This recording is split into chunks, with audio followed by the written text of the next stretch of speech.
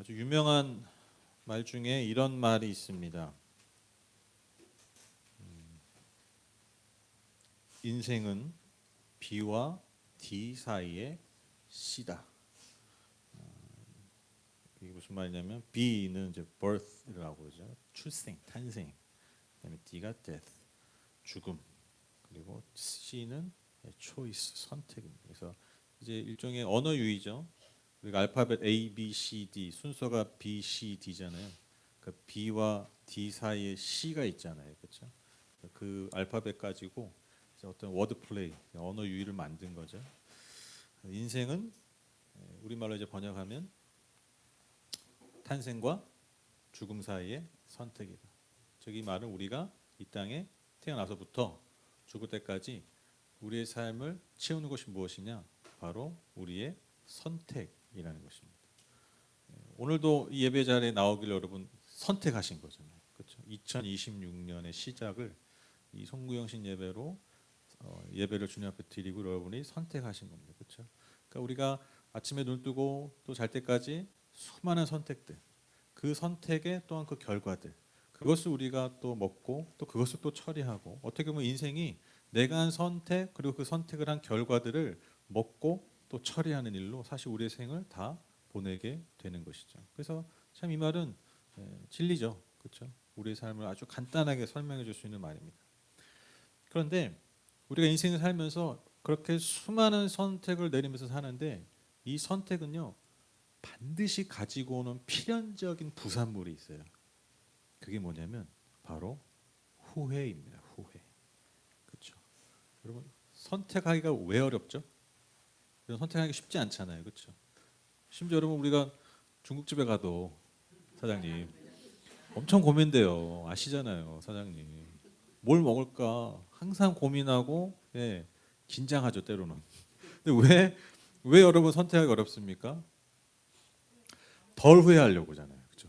내가 한 이 선택이 혹시 후회할까 봐. 그렇죠? 그래서 선택이 어렵습니다.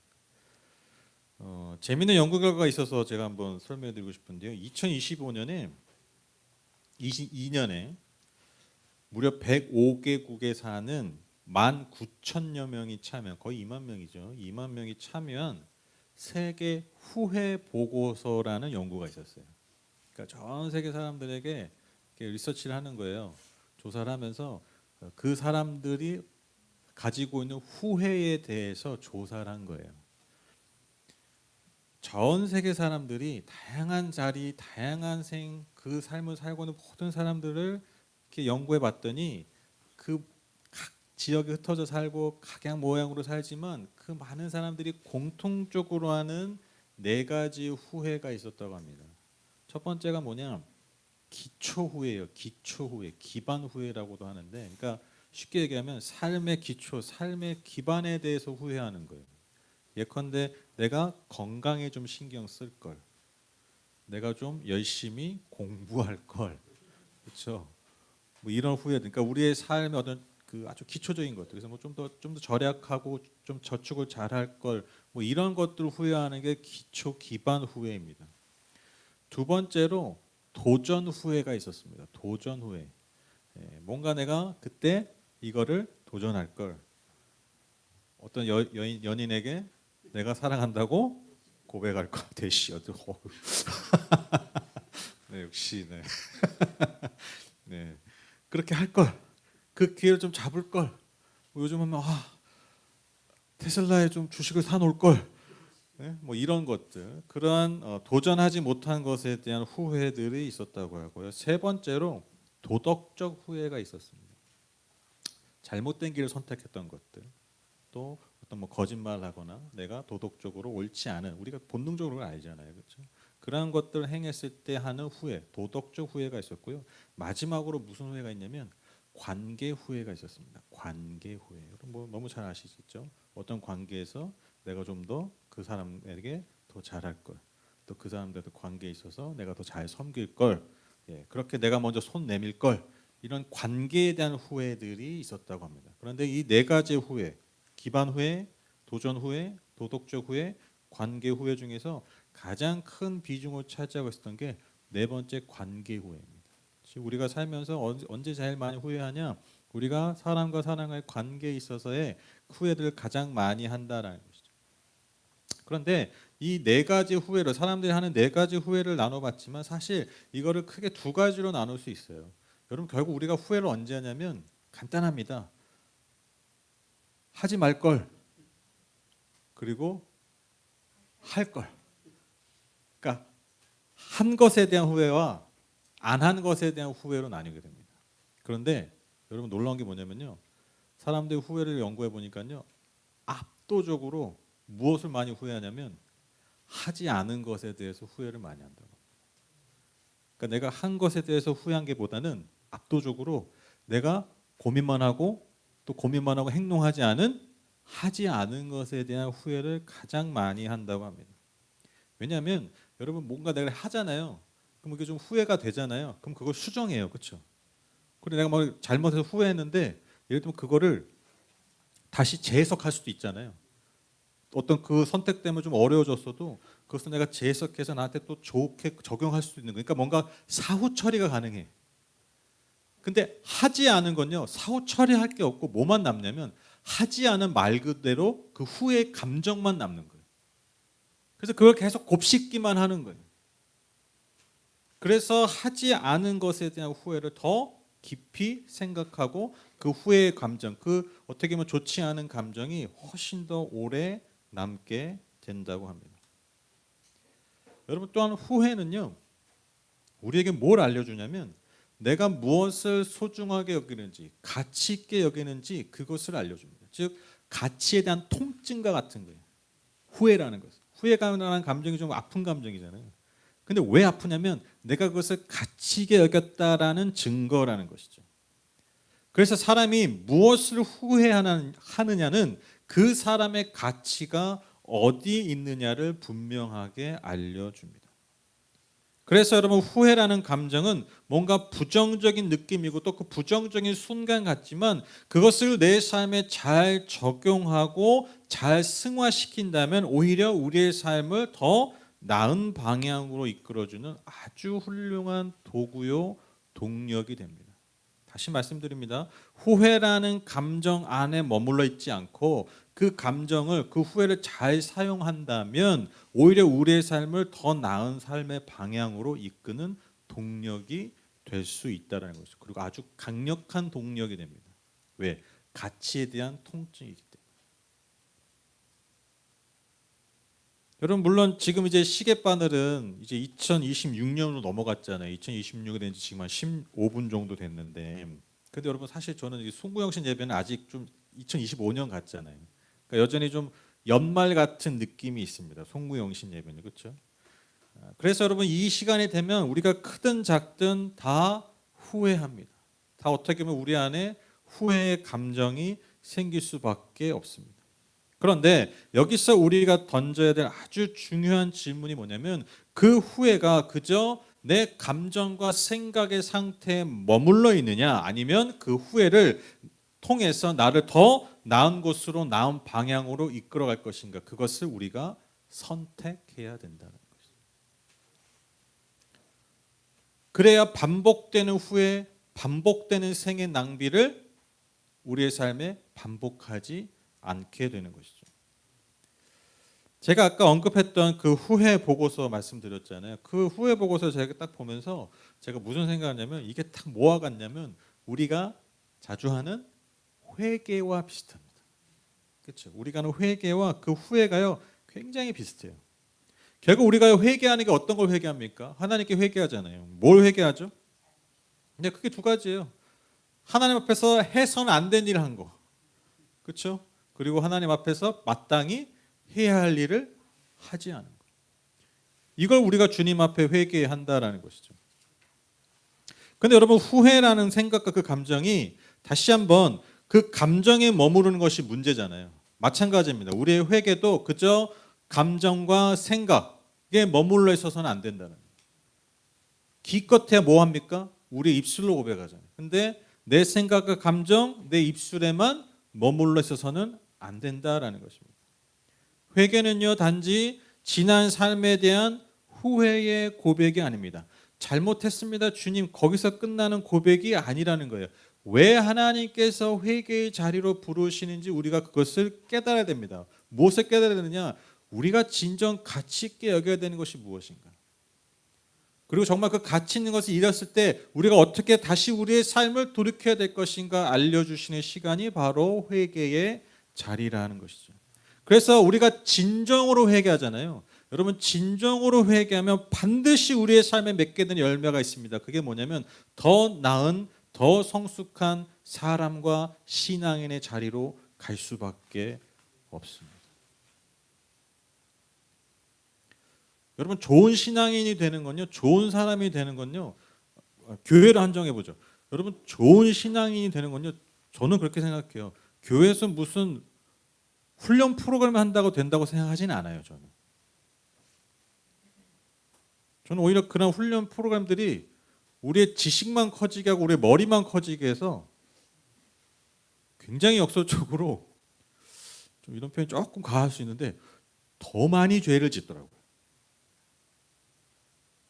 그 지식과 그 경험이 오히려 하나님과 사람 앞에 알게 모르게 그 사람을 교만하게 만들어요. 여러분, 진정으로 우리가 하나님 앞에, 사람 앞에 신앙인으로서 한 명의 하나님 앞에 자녀로서 정말 성장하고 성숙하게 되는 그 딱 지점이 뭐냐면 우리가 진정으로 주님께 회개할 때, 돌이킬 때입니다. 내 삶의 진짜 중요한 가치를 깨달을 때.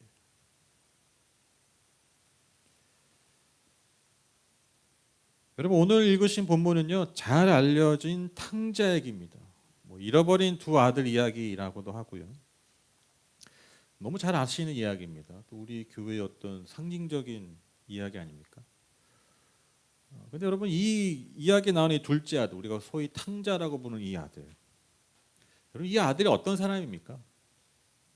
한마디로 얘기하면 좀 저는 고민 중에 하나, 탕자 얘기 할 때 항상 할 때마다 이 둘째 아들을 이렇게 좀 아주 정확하게 표현할 수 있는 말 없을까? 근데 이 표현이 뭐냐면 진짜 이런 인간이 없거든요. 진짜 인간 중에 최악의 인간이에요.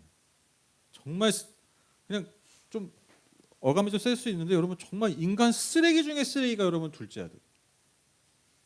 정말 우리 주변에는 둬서는 안 되는, 우리 주변에 있다면 너무 끔찍한 인간이 여러분 이 둘째 아들이라는 것이죠. 이 사람의 한 행위가 뭡니까? 여러분, 다른 것도 아니에요. 그냥 말 그대로 자신의 그 유익, 자신의 유흥, 그 쾌락을 위해서 아버지의 재산을 미리 땡겨받은 놈이에요. 근데 여러분, 이게요, 인격살인, 명예살인입니다. 그러니까 여러분, 유산이라는 것은 부모님이 돌아가셔야 받는 거잖아요. 근데 아버지 면전에서 나는 이제 당신은 내 아버지가 아니라는 거예요. 그러니까 먼저 돈을 달라라는 거예요. 내가 알아서 쓰겠다. 근데 그게 뭐에 쓴 겁니까? 오직 자기의 유익, 유흥만을 위해 썼어요. 쾌락을 위해 썼어요. 그런 인간이에요. 가산을 다 탕진해버리고. 그러니까 아무리 이 인간을 손가락질하고 아무리 욕을 해도요, 여러분, 모자람이 없는 인간이 바로 이 탕자입니다. 인간 쓰레기의 표본입니다. 표본. 그가 잘한 게 정말 하나도 없죠. 이 이야기에서 여러분, 그가 잘한 게 뭐가 있습니까? 여러분, 돼지보다 못한 취급을 받잖아요. 그러니까 돼지가 그 당시에 가장 천한 동물 중에 하나였는데, 여러분, 돼지도 먹을 수 있는 그 열매를 먹을 수조차 없는. 그러니까 돼지보다 더 밑바닥으로 떨어진 인생이 여러분 이 탕자였습니다. 그러니까 돼지도 먹는, 사료도 못 먹는 인간이면 잘 생각해 보면 변변한 능력도 없는 거야. 자기 몸 하나 건사할 수 있을 만한 능력도 없는. 그러니까 한 행위도 정말 인간 최악인데 가진 능력도 없는 사람이에요. 정말 뭐 하나 제대로 된 게 없는 인간이 바로 이 탕자입니다. 그런데 여러분, 이 정말 최악의 인간, 정말 인간됨이라는 건 하나도 없는 이 정말 인간 쓰레기 같은 이 인간, 이 탕자가 정말 유일하게 잘한 게 하나 있어요. 유일하게 잘한 일 하나가 있어요. 그게 뭔지 아십니까? 바로 아버지께로 돌아가는 거예요. 다시 돌아가는 거예요. 아버지께 돌아가면 밥이라도 얻어먹을 텐데 여러분 그는요 생각에 머물러 있지 않았어요. 아이고 아버지 내가 배가 고라 보니까 아버지 내가 아버지 얼마나 사랑받고 아버지 품에 있었던 게 얼마나 감사한지 제가 이제야 이게 돼지 쥐염날비도 못 먹어서 깨닫네요. 죄송합니다 아버지. 그러고 그냥 방구석에서 혼자 울고 있지 않았다라는. 그거 어떻게 했습니까? 그 마음을 가지고 아버지가 받아주든 안 받아주든 아버지께로 돌아갔어요. 오늘 누가복음 15장 20절 말씀. 그는 일어나서 아버지에게로 갔다. 그는 일어나서 아버지에게로 갔다. 이게 별말 아닌 것 같은데 너무나 중요한 말이에요. 저와 여러분의 삶에 있어서도 이 말이, 이 한 문장의 말이 너무너무 중요한 말입니다. 왜 그렇습니까? 우리가 아무리 잘못해도, 우리가 아무리 못나도, 우리가 아무리 후회할 일이 저 뒤에 이만큼 쌓여있다 할지라도, 저 산과 같이 쌓여있다 할지라도, 주님과 사람 앞에 잘한 것이 하나 없을지라도, 그래서 내 온 삶은 후회로 가득할지라도, 이 하나의 행동, 일어나 아버지에게로 돌아가는 거예요. 여러분 이 하나의 행동이 이 둘째 아들, 이 탕자의 삶을 완전히 바꿔버렸어요. 그 탕자, 그 둘째 아들의 신분을 완전히 회복하게 된 계기가 됩니다. 여러분 혹시 지난 한 해 동안 돌아보시면서 또 아니 더 멀리 여러분의 삶을 돌아보시면서 여러분 후회할 일 있으십니까? 여러분 그때마다 탕자를 떠올리셔야 돼요. 우리의 삶에 다 후회들이 있습니다. 그때마다 우리가 떠올릴 인물이 누구냐? 바로 탕자라는 거예요. 그는 그의 인생을 철저히 후회했지만 그 후회를 통해서 아버지께로 다시 돌아갔습니다. 그 돌이킴 행동이 여러분 그의 삶을 완전히 회복했다라는 것이죠. 다시 자녀된 권세로 살 수 있게 했다라는 것입니다. 여러분 송구영 신예배의 보통 설교는 어떤 설교입니까? 대부분 축복의 메시지잖아요, 그렇죠? 이제 한 해 시작하고 있는데 뭐 회개하러 천국에 갔거나 이러면 하면 안 되잖아요, 그렇죠? 목회자도 자격이 없는 거잖아요, 그렇죠? 좀 기분이 언짢으시죠? 지금 계속 회개 그래가지고 솔직히 그렇죠? 한 해 시작부터 이렇게 뭐 싸보자 이거냐 뭐 이런 건가요? 당연히 축복의 메시지죠. 저도 어떻게 하면 우리 성도님들이 한 해의 시작을 축복의 메시지, 축복의 좀 표현이 좀 저속할 수 있는데 어떻게 하면 우리 성도님들이 축복의 기운을 받고 2026년에 시작하실까 그 마음으로 준비해요. 매해 송구영신 예배를. 당연한 겁니다. 하나님께서 새해 첫 시간에 우리의 삶에 주시는 그 소망, 그 희망을 선포하고 그 축복을 선포하고 축복을 비는 것 여러분 너무나 당연한 것입니다. 여러분 모두가 다 그런 마음으로 그런 은혜와 복을 여러분 원하실 거예요. 그런 마음으로 이 자리에 오셨을 것입니다. 자, 그럼 제가 드리고 싶은 말씀이 이거예요. 제가 그러한 축복을 그 축복의 메시지를 여러분에게 선포한다고 그게 될까요? 여러분 잘 될 겁니다. 여러분 잘 할 겁니다. 물론 기분은 좋을 수 있겠죠. 제가 30분 내내 설교하는 30분 내내 축복의 말씀을 여러분 귓가에 좀 죄송해요. 막 때려 넣는다고 해도 그럼 여러분이 복된 삶을 사실까요? 아닙니다. 우리가 인정해야 돼요. 뭐죠? 방법은 하나예요. 내 지난 2025년의 삶을 후회하고 즉 돌이키고 다시 아버지께로 돌아가는 거예요. 그거밖에 없어요.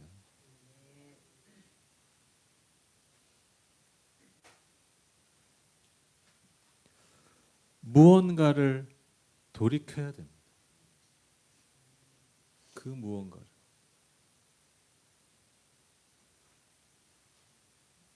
나의 기반, 나의 도전, 나의 도덕적인 것, 무엇보다도 관계 가운데 했던 후회들을 뒤로 하고 진정한 하나님의 관계, 하나님과의 관계, 하나님 원하시는 그 관계로 내가 돌아가야 됩니다. 여러분, 이것이 우리의 삶을 진정 회복하고 복되게 하는 유일한 길입니다. 그럼 여러분, 아버지께로, 즉 하나님께로 돌아가는 게 무엇일까요? 첫 번째로 제가 늘 말씀드리지만 여러분, 하나님의 사랑, 그 복음을 늘 여러분의 마음의 중심에 두십시오. 여러분, 탕자가 생각한 것보다 아버지는 그를 더 많이 사랑했습니다. 그렇죠? 탕자가 무슨 마음으로 갔죠? 가면 아들로 받아주실까? 이 마음으로 절대 안 갔어요. 야, 생각해보니까 야, 종들도 우리 아버지 너무 착해가지고 야, 종들도 밥 잘 먹고 살던데 나도 그냥 종으로 써달라고 해야겠다. 그러고 가는 거예요. 근데 갔더니 어땠습니까? 그를 다시 아들로 회복하자. 그 탕자가 생각한 것보다 여러분 아버지는요 그를 더 많이 그가 상상할 수 없는 마음으로 그를 사랑했어요. 여러분 하나님이 여러분 향하신 마음이 이와 같습니다. 꼭 기억하세요. 여러분이 생각하는 여러분과 여러분이 생각하는 여러분의 마음 그 존재보다 하나님 여러분을 훨씬 더 비교할 수 없이 사랑하세요. 그것이 여러분 마음의 중심에 있으셔야 돼요. 그래야 우리가 진짜 돌이킬 수 있어요. 그 사랑 안에서 그 신실한 사랑 안에서 그 은혜 안에서 여러분 우리가 우리의 삶을 다시 시작할 때 여러분 세상에 줄 수 없는 힘과 능력이 우리 안에 생기는 것입니다. 이거 없으면요 그냥 정신통일이에요. 그 사랑만이 우리를 변화시킵니다. 제가 그 병원에 오래 있으면서 3주 동안 막 입원하면서 제가 평소에 이렇게 드라마나 이런 거 잘 안 봐요. 왜냐하면 볼 시간도 없고요. 보면은 계속 봐야 되잖아요. 근데 시간도 없는데 계속 볼 걸 아예 시작을 안 해. 그래서 제가 뭐 영화나 드라마를 요즘 몇 년, 한 2, 3년 거의 잘 안 봤어요. 근데 이제 입원하면서 이렇게 보는데 제가 그때 봤던 게 여러분 잘 아시는 그 미스터 선샤인 그리고 뭐죠? 그 제주도 폭삭소가수다. 뭐 인생 드라마고 하는 뭐 자꾸 맨날 인생 그래가지고 한번 보았어요. 뭐가 진짜 인생 드라마인지. 그래서 그거 보고 또 제가 본 게 있어요. 여러분 어르신들 좀 모를 텐데 젊은 세대 좀 알 거예요. 진격의 거인. 그걸 다 봤어요. 근데 뭐 진격의 거인은 이제 젊은 친구들만 많이 알 텐데 이제 드라마는 아마 보신 분 미스터 선샤인이든 뭐 이렇게 보신 게 있을 거예요. 폭삭소가수다 뭐 굉장히 인기 많았죠. 이렇게 보는데 뭐 이렇게 뭐 서로 사랑하고 뭐 서로 싸우고 뭐 그런 얘기잖아요. 또 상처받고 뭐 상처 주는데 여러분 솔직히 말하면 내용이 다 똑같아요. 무슨 내용입니까? 한 명의 아름다운 영혼의 존재가 그렇게 아름답게 빛나기 위해서 그 누군가는 거름이 됐고 그 누군가는 부서졌고 그 누군가는 남모르게 울었다라는 거예요. 다 그 얘기. 여러분 놀라운 게 뭔지 아세요? 진격의 거인도 그 얘기예요. 마지막에 모든 게 온전해지게 지게 된 것. 다 그 희생이 쌓여서 됐다. 그 얘기예요. 다 똑같아요. 누군가 변화하는 것, 누군가 새롭게 되는 것, 누군가 존재로서 빛날 수 있는 것, 누군가 희생 없이는 결코 되지 않습니다. 하나님께서 저와 여러분을 그렇게 부르셨어요. 그런 아름다운 존재를 부르셨어요. 예수 그리스도의 희생으로, 그 십자가로 부름받고 세워진 존재라는 거 여러분 꼭꼭 기억하셨으면 좋겠어요. 내 평생에 늘 마음에 그 마음이 있어야 돼. 그 마음의 중심에, 그 은혜와 사랑이 여러분의 마음의 중심에 사로잡혀 있어야 됩니다. 2026년이 이 복음의 은혜를 더 깊이 깨닫는 그런 한 해 되시기를 주님의 이름으로 축복합니다. 두 번째로 우리가 하나님께 돌아간다는 게 무엇이냐? 이게 조금 더 구체적일 수 있는데 저는 굉장히 중요하다고 생각해요. 그게 뭐냐면 여러분 우리가 생각해야 되는 게 뭐냐면 죄를 짓지 않으려 하기보다 하나님이 기뻐하신 일에 대해서 더 생각하고 행해야 됩니다. 이게 굉장히 중요합니다. 여러분 삶을 진짜 변화시키는 아주 중요한 팁이 뭐냐면 부정적인 것을 안 하려 하는 게보다 긍정적인 것을 능동적으로 하는 게 중요해요. 예컨대 여러분 중독에 빠지지 않으려면 중독하는 거를 막 피하는 게 중요한 게 아니에요. 그게 생각나지 않는 좋은 일들을 하는 게 훨씬 더 강력한 힘이 있습니다. 무슨 말인지 아시죠? 근데 이거 안 해야지. 여러분 그래서 뭐 게임 중독할 때 게임기 치우면 뭐 게임 안 합니까? 아닙니다. 여러분 도박합니다. 뭐라도 합니다. 뭐라도 빠져서 중독에 빠져요. 그걸 치운다고 되는 게 아니에요. 그거를 안 할 수 있는, 그걸 넘어설 수 있는 긍정적인 자극이 있어야지, 그 힘이 있어야지 여러분 그런 것에 마음을 뺏기지 않아요. 여러분 저는 신앙생활도 마찬가지 생각해요. 여러분 우리가 예수 믿는 이유가 여러분 무슨 죄를 덜 짓는 게 있는 게 아니에요. 뭐 성경을 배우고 뭐 하나님에 대해서 알면서 이거 하면 안 돼, 저거 하면 안 돼. 여러분 이거 고민하고 이거 안 하다가 여러분 우리가 주님 뵙는 게 아닙니다. 우리 실수할 수 있습니다. 넘어질 수 있다니까요. 그런데 여러분 우리가 실수를 안 하고 넘어지지 않으려고 예수 믿는 게 아니에요. 예수님의 제자들 다 넘어지고 실수했지만 그들의 삶의 방향이 어디에 있었습니까? 하나님과 동행하고 하나님이 기뻐하신 일들을 행하려는 마음이 더 컸다는 거예요. 여러분 이게 성령의 역사예요. 이게 성령께서 우리 안에 하시는 일이에요. 그래서 여러분 저와 여러분이 고민해야 될 게 뭐냐면 여러분 우리가 하나님의 그 은혜와 사랑, 내게 주신 그 은혜와 사랑, 아까 말씀드린 그 복음을 어떻게 하면 내 삶을 통해서 긍정적으로 그것을 표현하고 흘려보내고 전할 수 있을 것인가. 놀랍게도 여러분 내가 흘려보내고 내가 전하는, 내가 뭔가를 내 것을 내놓는 것 같지만 여러분 이게 바로 복의 통로가 됩니다. 그게 하나님의 복을 내 삶에 선순환시키는 여러분 유일한 길이라는 거예요. 그래서 여러분 제가 아까 그 앞서 인간이 가장 크게 후회하는 게 관계 후회라고 말씀드렸잖아요. 관계 후회. 그리고 하지 않은 것에 대해서 후회한다고 그랬잖아요. 그래서 여러분 우리가 진짜로 회개, 즉 돌이키고 긍정적으로 해야 될 게 뭐냐면 내게 그 주신 것을 더 많이 사랑하는 거예요. 사랑을 표현하는 거예요. 이게 오늘 설교의 결론입니다. 제목은 후회가 들어갔는데 여러분 이게 제일 중요해요. 내게 주신 것을 후회 없이 표현하는 거예요. 내게 주신 은사들, 내게 주신 자원들, 그것이 여러분 2026년 여러분의 삶을 통해서 흘러갈 때 여러분 흘러가고 빠져가는 것 같지만 여러분 그게 여러분에게 다시 복으로 돌아올 겁니다. 안 믿네. 아멘이죠? 네, 아멘입니다. 진짜 아멘. 이거밖에 없어요. 진짜 이거밖에 없어요. 그래서 여러분 더 마음에 소원하셨으면 좋겠어요. 하나님 제가 먼저는 주님을 더 사랑하길 원합니다. 그리고 주님이 기뻐하시는 자들, 즉 주님이 찾으시는 자들 향해서 하나님 제가 더 많이 그 관계 가운데서 사랑하고 섬기는 사람 되게 해 주십시오.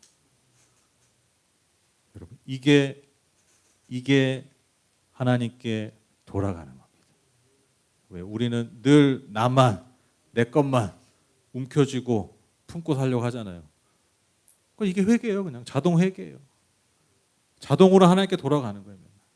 내게 주신 것들을 계속해서 흘려보내고 관계 가운데 사랑을 표현하는 것입니다.